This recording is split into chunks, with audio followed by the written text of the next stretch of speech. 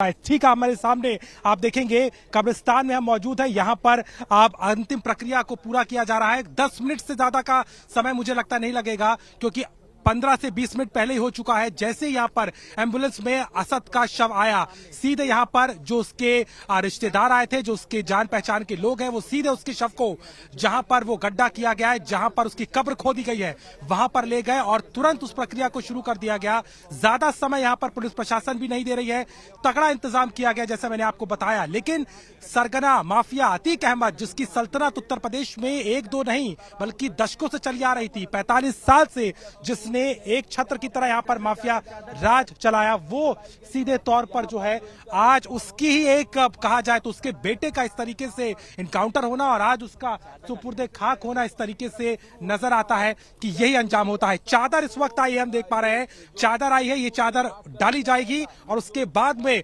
सुपुर्दे खाक करने की जो प्रक्रिया है वो पूरी कर ली जाएगी। और जैसा कि हम बता भी रहे थे कि यहाँ पर 2 महिलाओं ने आने की कोशिश की थी, हालांकि उनका आइडेंटिफिकेशन नहीं हो पाया तो वो यहाँ नहीं पहुंच पाई हैं। जो लोग पहले मौजूद थे उन्हीं को आने दिया गया, एक एक के नाम लिखे गए हैं, वही लोग यहाँ पर पहुंचे हैं और प्रक्रिया जो है वो लगातार चल रही है। 20 मिनट का समय हो चुका है शव को आए हुए और आने वाले 10 से 12 मिनट में ये पूरी होने की उम्मीद है। हमने एसीपी क्राइम से बात किया था, उन्होंने भी कहा कि शाइस्ता को लेकर के कोई जानकारी पुलिस के पास नहीं है कि शाइस्ता आएगी कि नहीं। जो अर्जी अतीक अहमद ने लगाई थी उसमें भी बहुत देर हो चुकी है, क्योंकि अब कोई ऐसी स्थिति नहीं बनेगी जहां असद को अतीक आखिरी बार देख पाएगा अपने बेटे को। वो भी स्थिति अब पूरी तरीके से संभावना खत्म होती नजर आती है, क्योंकि अब जो प्रक्रिया है वो लगभग पूरी की जा रही है। कुछ ही समय में जमींदोज हो जाएगा, सुपुर्दे खाक कर दिया जाएगा असद को, जिसने उमेश पाल की हत्या की, उसको भरी पूरे बाजार के बीच गोलियों से जिसको शूट किया था। और उसके बाद 48 दिन लगे यूपी एसटीएफ को, यूपी पुलिस ने दबिश दी, लगातार लोकेशन ट्रैक की गई, लेकिन परसों जब उसका इनकाउंटर झांसी में किया गया उसके बाद अब आखिरी प्रक्रिया यहां पर इस कसाई बसाई कब्रिस्तान में की जा रही है। और जैसे ही असद की मरने की खबर, उसके एनकाउंटर की खबर अतीक अहमद को लगी थी तो उस समय वो कोर्ट में था, फूट के रो पड़ा था, आंसू निकल आए थे। बाद में उसने कहा भी कि सब मेरा किया दिया है, लेकिन अब बहुत देर हो चुकी है और अपने बेटे को बिल्कुल अभिषेक, न जाने कितने परिवार खून के आंसू रोए हैं इसकी वजह से। आज वो रो रहा है तो इसमें कोई आश्चर्य नहीं होना चाहिए, यही होना भी चाहिए था उसके लिए। आज दफन किया जा रहा है उसके बेटे को। अभिषेक, वो 2 संदिग्ध महिलाओं की बात आ रही है कि ये कौन महिलाएं हैं, क्या उनको भीतर जाने दिया गया है नहीं है, और क्या कह रही थी ये महिलाएं? देखिए, 2 महिलाओं ने आने की कोशिश की थी, वो अपना आइडेंटिफिकेशन नहीं दे पाई। पुलिस ने बार बार पूछा आप कौन है, आपका क्या उनसे रिश्ता है, आपका नाम क्या है, वो कहते रही मरे वाले का नाम बताया जाता है क्या, आप कैसे सवाल कर रहे हैं। यानी कि कुल मिलाकर के उन्हें अलाउ नहीं किया गया। चूंकि इस प्रक्रिया में महिलाएं नहीं होती हैं, ये भी एक कारण हो सकता है, लेकिन प्रारंभिक तौर पर पुलिस को उनका आइडेंटिफिकेशन नहीं मिला, इसीलिए उनको यहां आने की अनुमति नहीं दी गई। हम यहां बहुत पहले से मौजूद हैं, हमने देखा जितने भी लोग आए, तकरीबन 30 से 35 लोग यहां पहुंचे हैं। बाकायदा सबके नाम लिखे गए हैं, आईडी देखा गया है और उसके बाद एक एक करके उनको अंदर आने दिया गया। बॉडी आने के 5 मिनट पहले तक लगभग सभी लोग यहां पर आ चुके थे। और ये देखिए तस्वीर आपके सामने, बॉडी उठा ली गई है, शव के शव को उठा करके सुपुर्दे खाक करने की प्रक्रिया को पूरा किया जा रहा है। यानी कि अब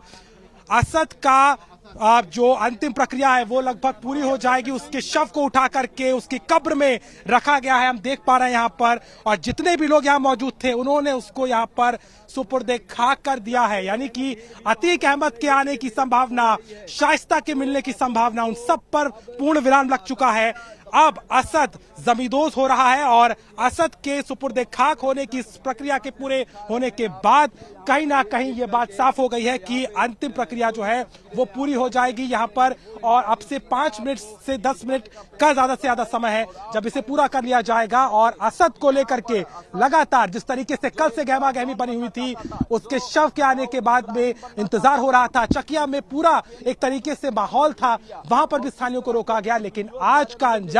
जो ठीक तौर पर दिखाई दे रहा है कि जिस उमेश पाल की हत्या की गई 48 दिन पहले, आज असद जिसने गोली से शूट आउट किया था वो भी आज जमींदोज हो गया है और उसको सुपुर्दे खाक कर दिया गया है। जी बिल्कुल अभिषेक मिश्रा, मिट्टी में मिला दिया गया, जैसे कि मुख्यमंत्री ने कहा था जरा सा भी गुरेज नहीं किया था। इसने ताबड़तोड़ फायरिंग कर रहा था, फुटेज में क्लियर दिख रहा था। पुलिस पर उसके बाद गोलियां बरसाई, लेकिन पुलिस की गोली से बच नहीं किया और आज बिल्कुल मिट्टी में मिल गया है। सहानुभूति तो बिल्कुल नहीं होगी लोगों में, थोड़ा सा लोग वहां राहत की सांस ले रहे होंगे, क्योंकि इसी परिवार की वजह से दम घुटता था, खौफ में जीते थे लोग।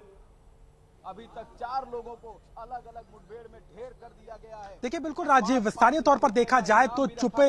लगातार लोगों का ये मानना था कि अगर इस तरीके का जघन्य अपराध किया जाएगा तो उसकी सजा यही होगी। हाँ, चकिया के इलाके में कुछ लोगों में नाराजगी दिख रही थी, वो फ्यूनरल में आना चाह रहे थे, लेकिन उनका मानना अलग था क्योंकि वो उसके पड़ोसी हैं, कहीं ना कहीं उनके एहसानों तले दबे हैं। लेकिन अगर स्थानीय तौर पर देखें तो प्रयागराज में लोगों का सेंटिमेंट यही था, क्योंकि एक दो घटनाएं नहीं है, कई घटनाएं हैं। ऐसे 100 से ज्यादा मामले अतीक अहमद पे हैं। कई मामलों में तो एफआईआर ही पहले नहीं लिखी जाती थी, लोगों के कब्जाए हुए जमीनों पर, मकानों पर कब्जा कर लिया जाता था, उठा लिया जाता था, गोली मार दी जाती थी। मकानों को लेकर के इंसानों की कोई कीमत नहीं थी। तो उन मामलों को लेकर के कहीं ना कहीं आज एक तरीके से कहा जाए कि अतीक अहमद के परिवार के एक दौर का भी अंत हो गया है, क्योंकि 19 साल का वो लड़का जिसने 11 साल में बंदूक उठाई थी, अगर ये आगे और बढ़ जाता तो वो कितना बड़ा सरगना होता। अतीक की जो विरासत है, कुख्यात विरासत, उसको कहां तक ले जाता, उसका भी अनुमान आप लगा सकते हैं। लेकिन जो तस्वीर दिख रही है, जो बार बार हम आपको बता रहे हैं कि आज असद के सुपुर्द खाक होने से न सिर्फ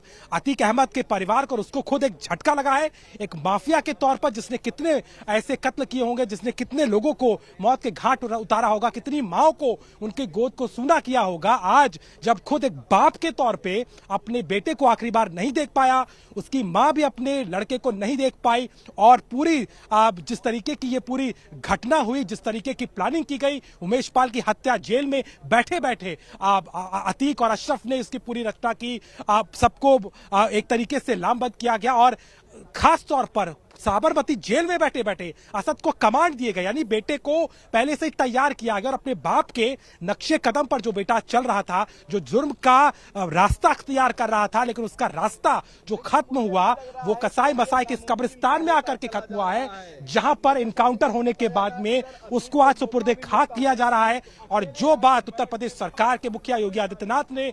भरे विधानसभा में कही थी, क्योंकि आपको याद होगा उमेश पाल का जब हत्याकांड हुआ, जब उसको सरे बाजार में गोली मारी गई, तब उत्तर प्रदेश का विधानसभा सत्र भी चल रहा था, और उसी सत्र में मुख्यमंत्री ने कहा कि एक एक माफिया को मिट्टी में मिला दिया जाएगा, और वो शुरुआत जो थी वो कर दी गई है। और आज असद के इनकाउंटर होने के बाद आज इस सुपुर्दे खाक को करके कहीं ना कहीं इस मैसेज को दिया जा रहा है। सियासत भी बहुत तेज हो रही है, लेकिन लॉ एंड ऑर्डर को लेकर के, माफिया राज को लेकर के और अपनी जीरो टॉलरेंस की पॉलिसी पर, भले ही इनकाउंटर पॉलिसी पर विपक्ष सवाल कर रहा हो, लेकिन प्रयागराज में अतीक अहमद के दौर का आज एक अंत होता नजर आता है। मिट्टी डालने का काम शुरू, कैसा लगता है कि शायद मिट्टी डाली जा रही है और संभवतः 5 मिनट और बस वो पाकिस्तान का करेक्शन मिला है, सीधा सीधा देश की सुरक्षा का मामला। जी बिल्कुल राजीव, लगभग जैसा मैंने कहा 5 से 7 मिनट और मिट्टी डालने का काम हो रहा है, इसके बाद ज्यादा समय नहीं लगेगा, और उसके बाद में जितने भी लोग हैं उनको यहां से बाहर कर दिया जाएगा, और ये प्रक्रिया जो है वो पूरी कर ली जाएगी। जैसा मैंने आपको कहा भी कि सुरक्षा के लिहाज से, क्योंकि ये सेंसिटिव हो सकता है, चकिया का इलाका अतीक अहमद का इलाका है, वहां पर कई लोग 100 की संख्या से ज्यादा उसकी गली में थे, वहां पे लोग इकट्ठा हो रहे थे, महिलाएं वहां पर पहुंच रही थी, लेकिन उन सबको दरकिनार किया गया, और पुलिस प्रशासन, आरएएफ की टुकड़ी और तमाम लोग जो यहां पर है, खुद एसीपी क्राइम और यहां पर जो आला अफसर अधिकारी है वो यहां पर पहुंचे हुए हैं, और वो सीधे तौर पर बार बार इस बात को कह रहे हैं कि केवल प्रक्रिया को निपटाया जाएगा और उसके ठीक बाद सभी को बाहर कर दिया जाएगा। यानी कि अभी क्योंकि सुपुर्दे खाक की प्रक्रिया चल रही है और उसके बाद भी व्यवस्था सही बनी रहे, कोई ऐसी अराजक स्थिति इस इलाके में ना हो, क्योंकि ये इलाका पुलिसिया बंदोबस्त आप कह रहे हैं जबरदस्त है, लेकिन अभिषेक मिश्रा, अतीक आज कसारी मसारी पहुंचाने में असद को सबसे बड़ा जिम्मेदार तो खुद अतीक अहमद है। उस लगातार शाइस्ता कह रही थी कि बेटे को इन्वॉल्व मत करो, लेकिन उसको लगा कि उसका बेटा शेर है, लेकिन ये शेर पल भर में कैसे ढेर हो गया वो सब ने देख लिया। बिल्कुल राजीव, शेर कैसे ढेर हुआ वो आज दिख रहा है। और ये बात भी देखने वाली है कि जिस तरीके से इस पूरी व्यू रचना की गई, जिस तरीके से इस पूरी प्रक्रिया में ना सिर्फ अतीक अहमद, उसका भाई अशरफ जो कि बरेली जेल में था, असद जो कि बाहर घूम रहा था, उसको बाकायदा जोड़ा गया, गुड्डू मुस्लिम से लेकर के तमाम जितने भी लोग इसमें मौजूद थे, उन सब की क्या आइडेंटिफिकेशन होगा, वो क्या कहेंगे, बाकायदा सबको एक नाम दिया गया, एक खुफिया नाम दिया गया। यानी कि प्लानिंग इस तरीके की गई थी, क्योंकि असद के इस घटना को अंजाम देने के बाद, चूंकि शाइस्ता इसके पक्ष में नहीं थी, वो लड़ी भी थी, लेकिन एक बात जो अतीक अहमद के दिमाग में थी कि जो उमेश पाल को लेकर के उसके सर पर जो बोझ है उसको वो हल्का करना चाहता था। उसे ये बात भी कही थी कि बहुत दिनों बाद चैन की नींद आई जब असद ने इस घटना को अंजाम दिया, लेकिन आज वो नींद के बाद